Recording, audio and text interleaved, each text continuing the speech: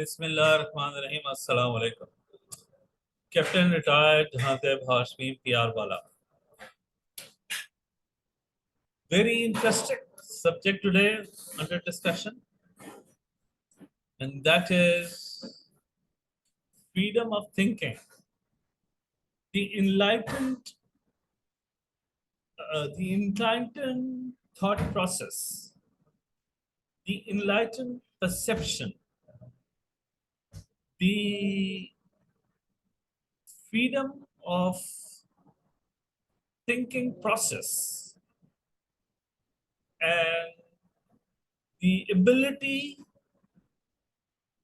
to learn and understand from sources which may not be in concurrence with your in vogue social norms. Well, this enlightened vision of freedom as described by Dr. Arfa Syeda Zehra. She has to say something about it as being Americans, they are giving us the aid and they want their own agenda to be, enforced and executed in our culture, Muslim culture. And because they are paying, so we have to, those who are the beggars, they have to implement that agenda, and because they have no other choice, otherwise they're going to stop their aid or with freeze their accounts everywhere there in deposited in their countries. They will freeze all their accounts and they'll make them you know destitutes. This is what the best word I could gather right now. What I perceive being the enlightened. What is enlightenment? Enlightenment is, according to my perspective, and which I will try to be a view based on Islamic doctrine, and what I feel being a Muslim, the enlightenment is the understanding of universe laws, and the more you understand new laws, the more adjustment in your life and understanding of that and execution of that, to understand that change and to bring improvement, because no society in the world currently can explicitly assertively state that society is flawless. All the ways of government, forms of governments, all the society they are developing, or for that matter, very underdeveloped, are not a prototype example of a society needing no improvement. The better societies, which are the developed societies, they also have a lot of problems, issues like of crime and corruption and discrimination, ethnicity, and marginalized minorities, and so on and so forth. So, what I see the enlightenment is to accept what is new and is in accordance with the natural laws. Humans, like for example, the opposite gender appeal each other.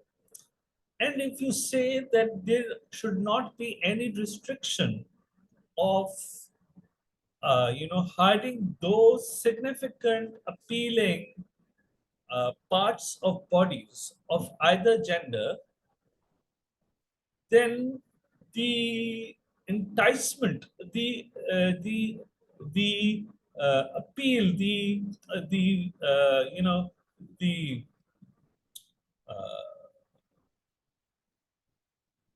the uh, what I say, the lust for that person will increase, and that will increase for a psychological lust, and that would may go into something which is not correct, that will appeal for an illicit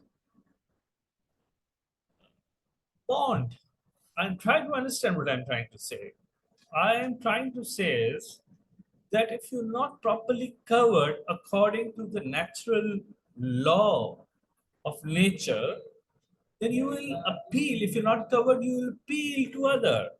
And if you start appealing everybody in the society, and all of the people will start appealing to everyone, then there would be a society which will have no qualms in maintaining human relationship, which is mandatory to generate a family system or a human relationship system which can go in accordance to a society where balance is observed.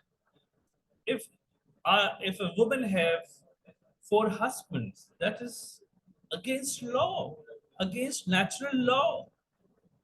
There are so many inbuilt defaults in having such arrangement.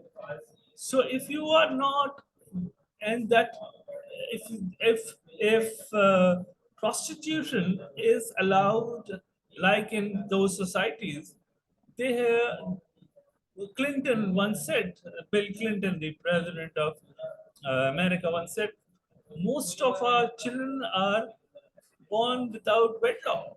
So the disadvantages and the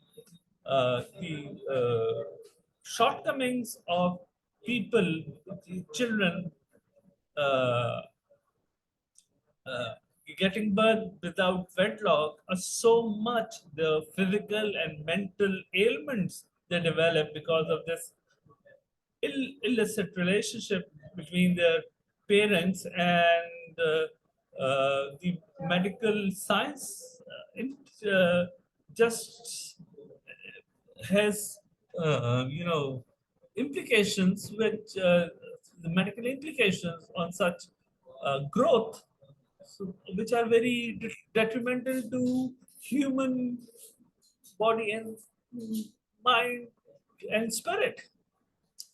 This is the best I could make out with what am trying to mean. Huh? The other thing is, if you have an enlightenment for education, if you have enlightenment of regarding psychological attachments, how to make society a better place to live, then that means that you are doing something, and that is not prohibited in Islam. Islam supports basically such enlightenment.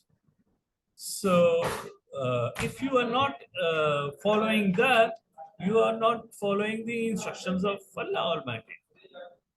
This, I am very hopeful that whatever in difficulty I was able to make, you understand what I really want to say. Uh, that the and again the our society being Muslims, we have so many sects, and that one Islam, but there are more than 72 sects in Islam, and everybody calling the other person a non-Muslim, being Muslims.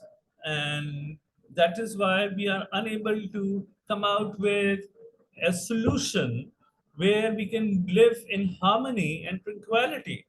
And these differences in our belief and faith has sprouted other different discrimination also, like racialism and ethnicity, and the disparity between poor and rich and wealthy. So all these vices are due to the limitation of our mental spectrum, because we have narrowed our vision due to parameters which are not exactly professed by Islam. We are believing on things which are not uh, instructed, ordained in the divine doctrine. We have to review our beliefs and try to understand what the Almighty Allah wants us to act upon, and to lead our lives accordingly. Thank you very much.